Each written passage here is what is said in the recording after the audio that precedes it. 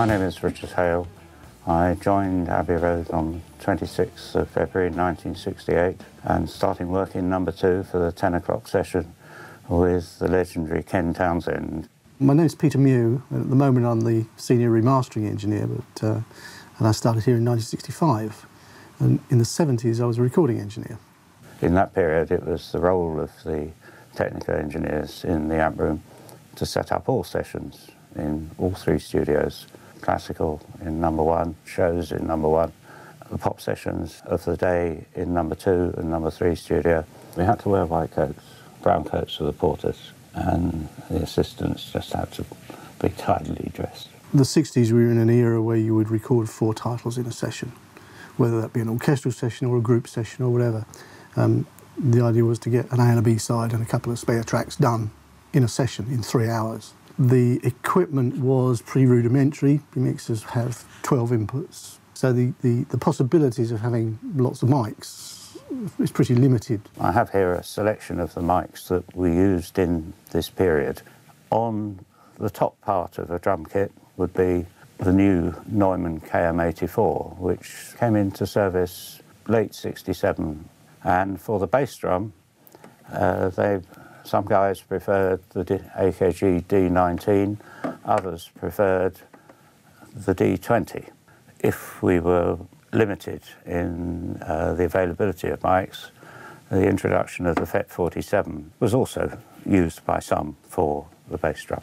By the time we get to the late 60s, mixers are getting bigger, 24-track inputs, tape machines are getting bigger, and more importantly, engineers have got time to experiment. So all the traditional techniques of one mic over the top, one mic on the bass drum for drums is going out the window. People want more control, and they've got the ability on the tape machines and the mixers to have that control, to have many more mics out. So the techniques changed very much over that short period. Recording on location had to be fairly straightforward because we were limited to 4-track.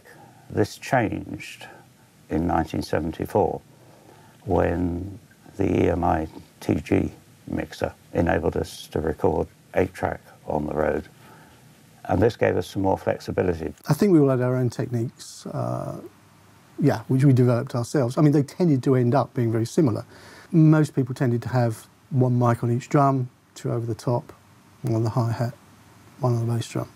But it seemed to come out in the end that everybody looking for this very tight, very hard sound which punched through. So you'd get the drummer to tune his toms so that they made a nice sound, as they descended through the toms onto the floor tom. You'd stick stuff in the front of the bass drum to get a very hard, tight sound. You'd put stuff across the snare drum to dampen it down. Typically you'd go and get a dishcloth from the restaurant, fold it up, put it over, duct tape it down to try and get the drum sounding how you want it in the first bit, even before you started putting your mics out. When we went to 8-track, that was when you first started to see stereo drums, because you had those additional tracks that you could spread around. After that, when you got to 16-track, you then had a track per drum almost. You'd end up with 5 or 6 tracks of drums.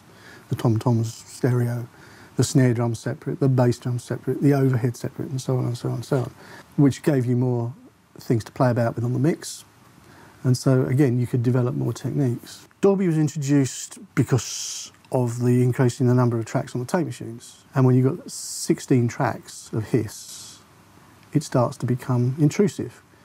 So Mr. Ray Dolby very cleverly convinced mainly producers rather than engineers that his Dolby Ace system was the answer. Although it did reduce the background noise, it also did change the sound. Some people liked it, some people didn't. There's a firm school of thought that if you can record live and get it right, then you can get it right in sessions using exactly the same simple techniques. And the simple ways always turn out to be the best and the most reliable.